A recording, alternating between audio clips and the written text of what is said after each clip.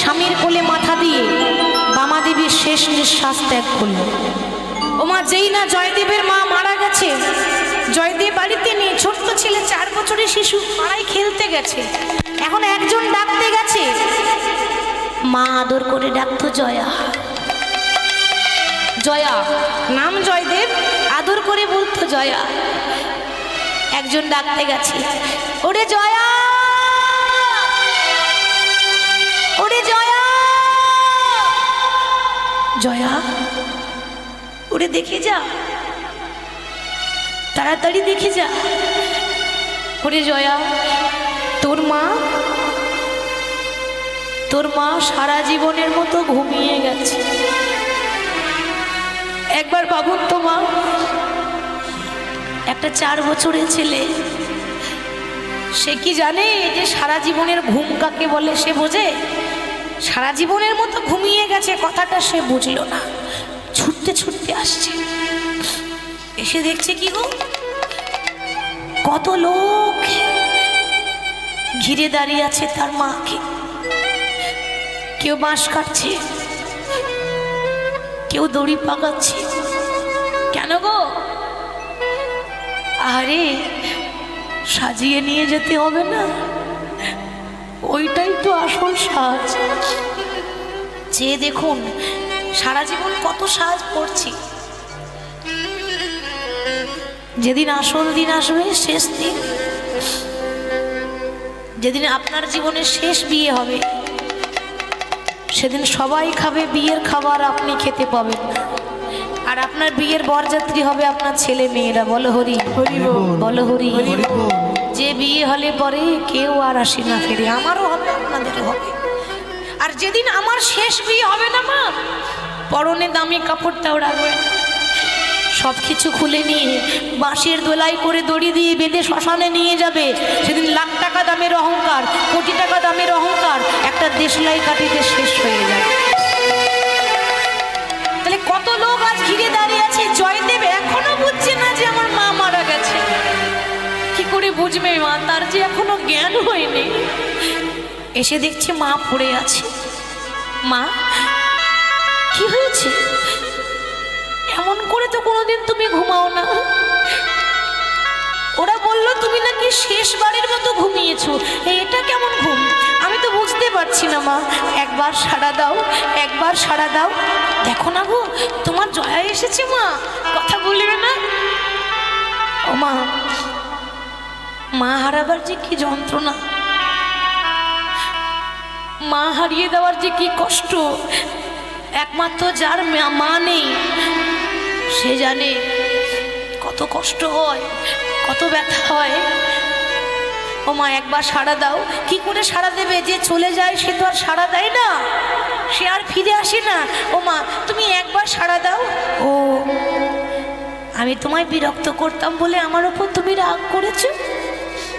মা যখন বেঁচে ছিল না, মাকে সবসময় বলতো মা আমি এটা খাবো, ও মা আমাকে ওটা কিনে দাও না, ও মা আমি ওটা খাবো। আজ কাকে বলবে? আজ আর বলার মানুষটা নেই। আজ কাকে বলবে যে মা আমি এটা খাবো, মা আমি ওটা খাবো? আজ তার কেউ নেই। তুমি যদি এরকম করে চুপ করে থাকো, আমি মা বলে কাকে ডাকবো? হঠাৎ দেখতে দেখতে সময় হয়ে গেল নিয়ে যাওয়ার। সবাই এসে সুন্দর করে সাজিয়ে বাঁশের দোলায় করে শ্মশানে নিয়ে যাচ্ছে। বলো হরি হরি বল, বলো হরি হরি বল, বলো হরি হরি বল। 4 বছরের ছেলে এখনো বুঝছে না যে মা মারা গেছে। ওই শ্মশানে যখন মাকে নিয়ে যাচ্ছে, 4 বছরের জয়দেব পেছন পেছন ছুটছে, মা মাগো, ও মা তুমি আমায় ছেড়ে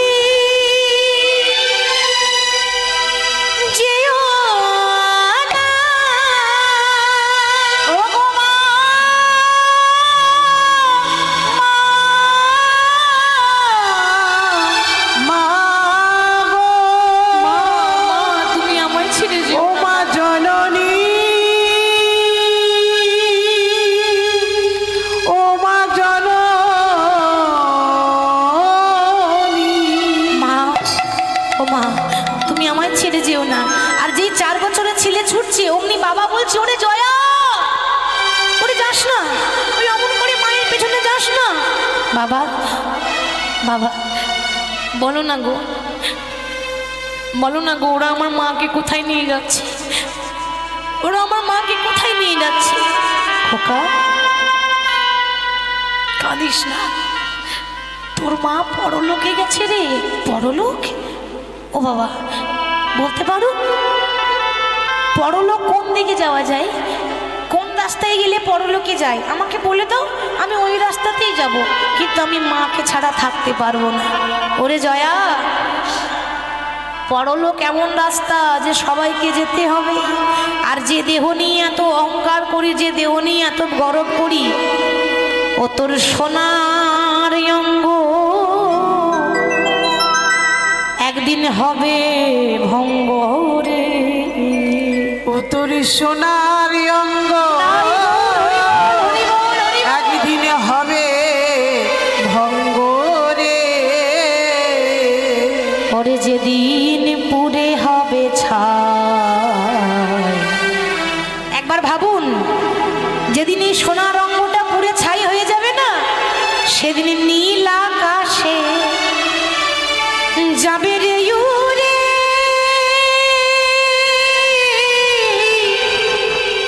কয়লারি ধোঁয়া।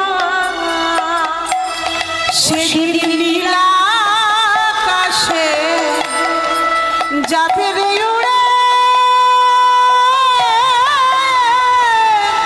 কয়লারি ধোঁয়া।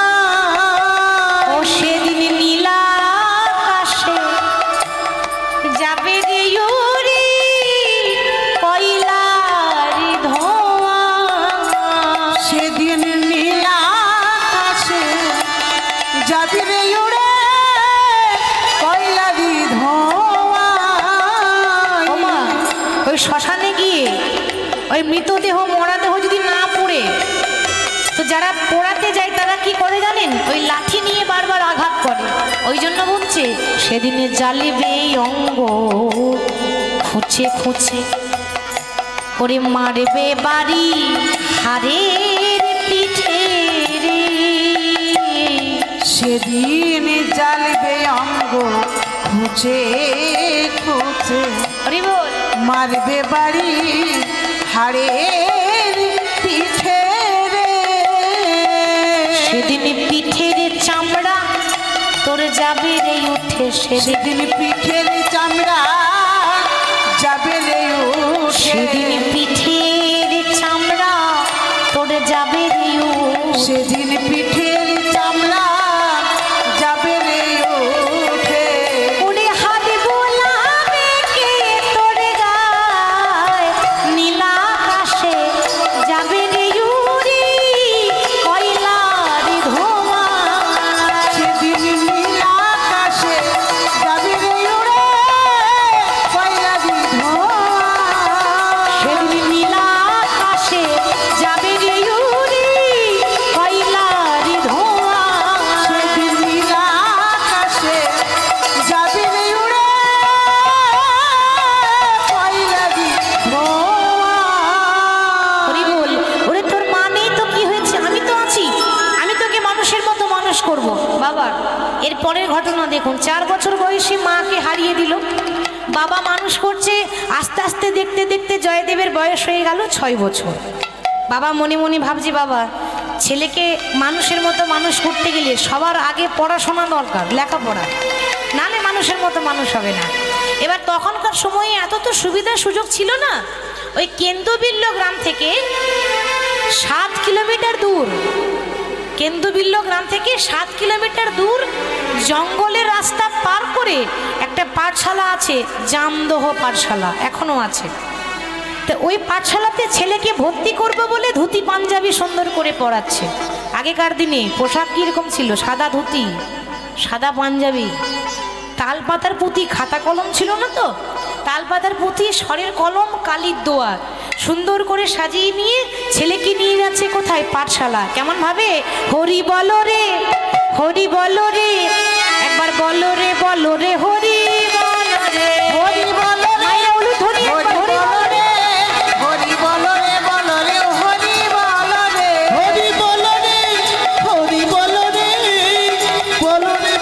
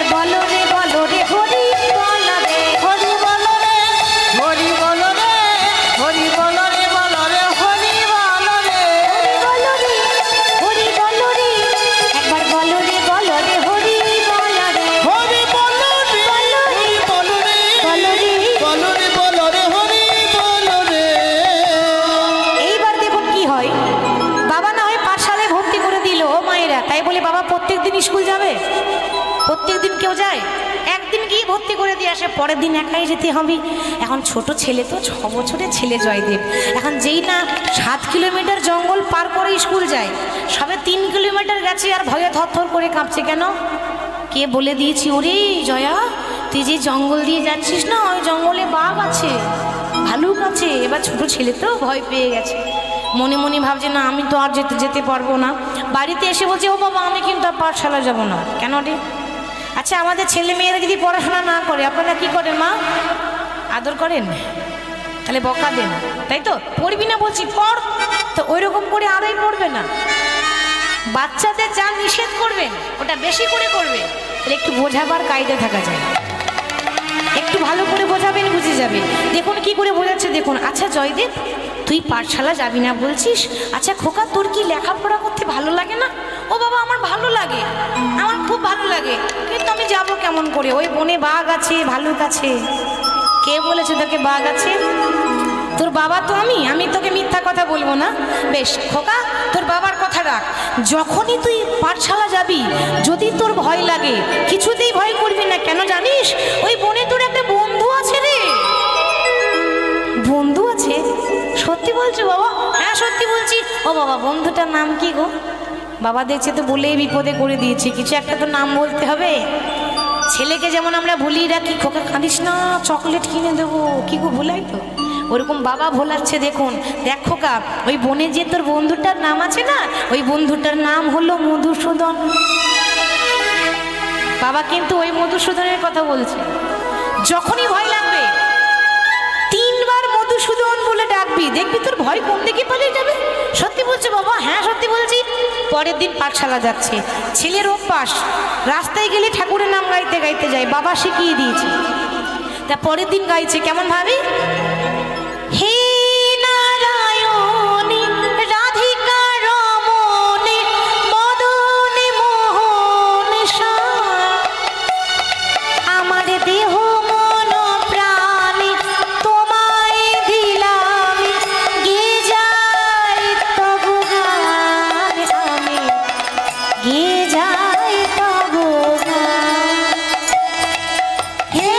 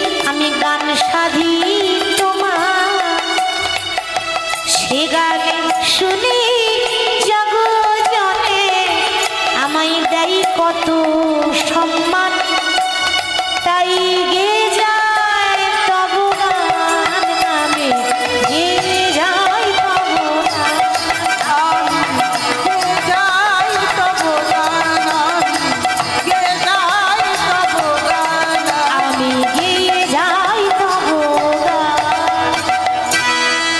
যেই না বাবা নাম করতে করতে জঙ্গলে প্রবেশ করেছে, অমনি ছেলে ভয়ে থরথর করে কাঁপছে, ভয় লাগছে, চারিদিকে ঘন বন আছে। বাবা কি বলেছে মা? ভয় লাগলে কাকে ডাকবি? বাহ মধুসূদন। আচ্ছা মা একবার ডেকেই দেখি। আচ্ছা প্রথমে একবার এদিকে ডাকি, মধুসূদন। এদিকে তো নেই, তাহলে একবার এদিকে ডাকি। ছোট্ট জয়দেব বলছে মধুসূদন, এদিকেও তো নেই, তাহলে এদিকে ডাকি, মধুসূদন। একটা ছোট্ট সরল শিশু, মনে হিংসা থাকে না? থাকে। বাচ্চাদের মনে কোনো হিংসা নেই, কুটিলতা নেই, মন একেবারে পরিষ্কার হয়। 3 বার যেই না ডেকেছি আর ডাকটা এইখান থেকে বেরিয়েছে। হৃদয় দিয়ে ডাকা ডাকলে ভগবান কি না এসে থাকতে পারে? স্বর্গে বৈকুণ্ঠে নারায়ণের আসন টলমল টলমল করছে। কে কে ভক্ত? এত সুন্দরভাবে ডাকলো আমায়, যেন মনে হলো কোনো বিপদে পড়লে যেমন বন্ধুকে ডাকে ওই রকম করে ডাকছে। বেশ বেশ, ও যখন আমাকে বন্ধু ভেবেছে আমি বন্ধু হয়েই যাব। কিন্তু বাবা এরকম করে গেলে হবে না, ভক্ত খুব চালাক হয়, ভক্তরা খুব চালাক হয়। কি করেছে? ওমা ভগবান কৃষ্ণ 5 বছরের বালক সেজেছে। বালক সেজে ওই বনে এসে জয়দেবের পেছনে দাঁড়িয়ে মনে মনে ভাবছে, এত তাড়াতাড়ি দেখা দিলে হবে না, আগে বাঁশিটা বাজায় দেখি তো। যে বাঁশি শুনে জগৎ পাগল হয়েছে, ওই বাঁশি আমার জয়দেব চিনতে পারে কি না দেখি একটু। তা জয়দেব পাগলের মতো খুঁজছে, কোথায় মধুসূদন, কোথায় মধুসূদন, আর পেছনেই মধুসূদন বাঁশি বাজাচ্ছে। আরে ওই শুনেছ কি সুন্দর বাঁশি বাজছে? ও মা বাঁশি শুনতে পেলাম, কিন্তু বাঁশিওয়ালাকে তো দেখতে পাচ্ছি না। আর বাঁশি শুনে আমার কি মনে হয় জানো? কে আবার বাজায় বাঁশি এ ভাঙা কুঞ্জ বনে, কে আবার বাজাই বাঁশি এ ভাঙা কুঞ্জ বনে, কে আবার বাজাই বাঁশি এ ভাঙা কুঞ্জ বনে, বাঁশির সুরে লাগিল আসি,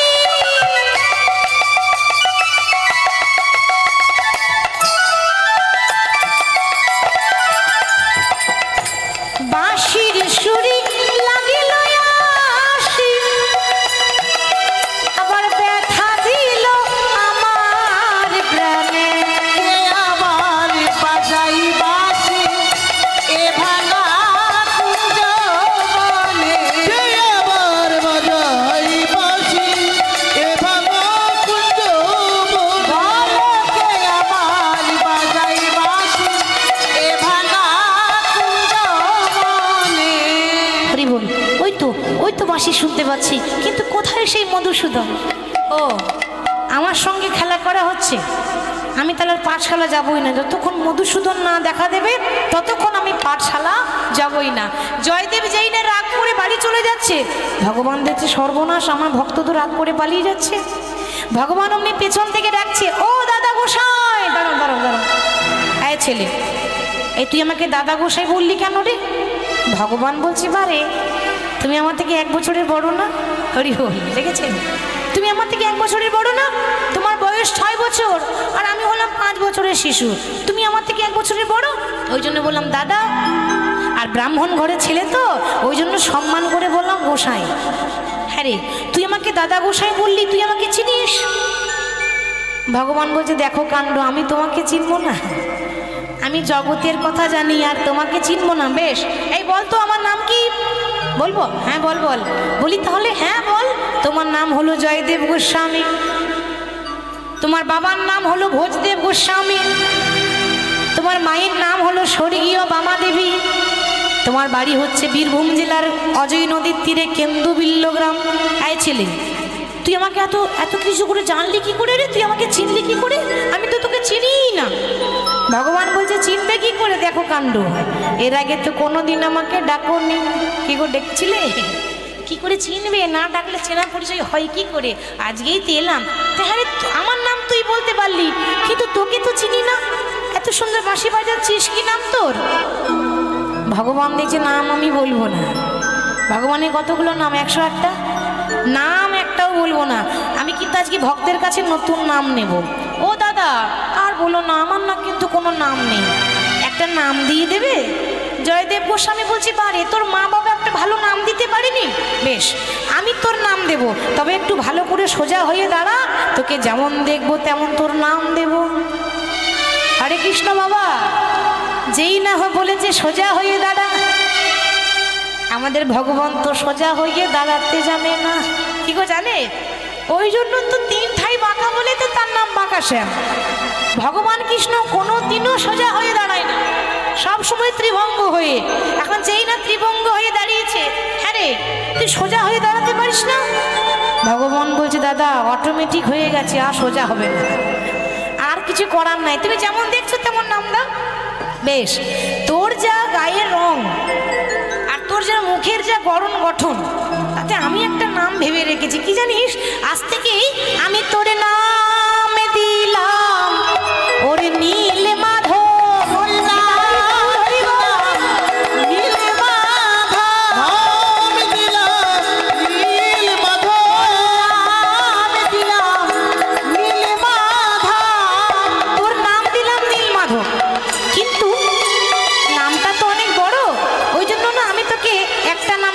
কি নামে জানিস?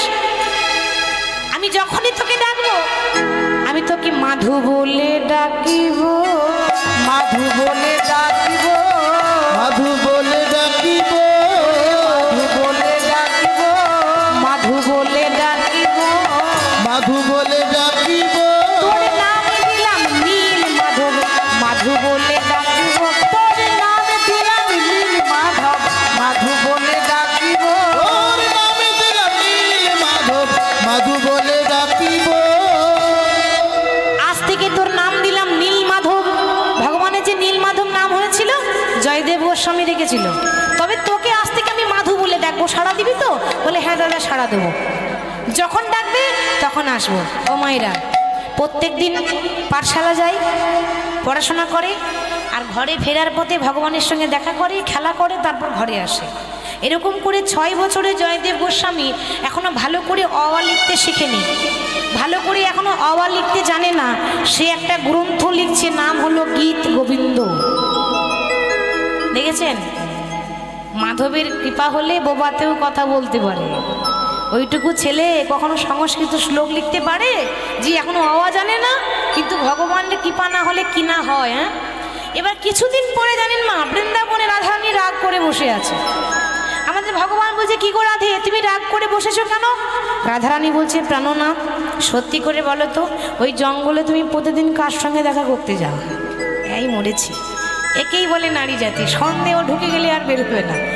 আমি যাই আমার ভক্তের সঙ্গে দেখা করতে যাই, জানি জানি তোমার অনেক ভক্ত আছে, আমি জানি। তুমি শুধু আমাকে বলো ভক্তটা পুরুষ না নারী?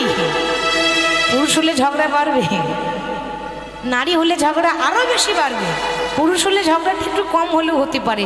তা বলো যে তোমার ভক্তটা নারী না পুরুষ? আরে বাবা নারী কেন হবে, পুরুষ পুরুষ।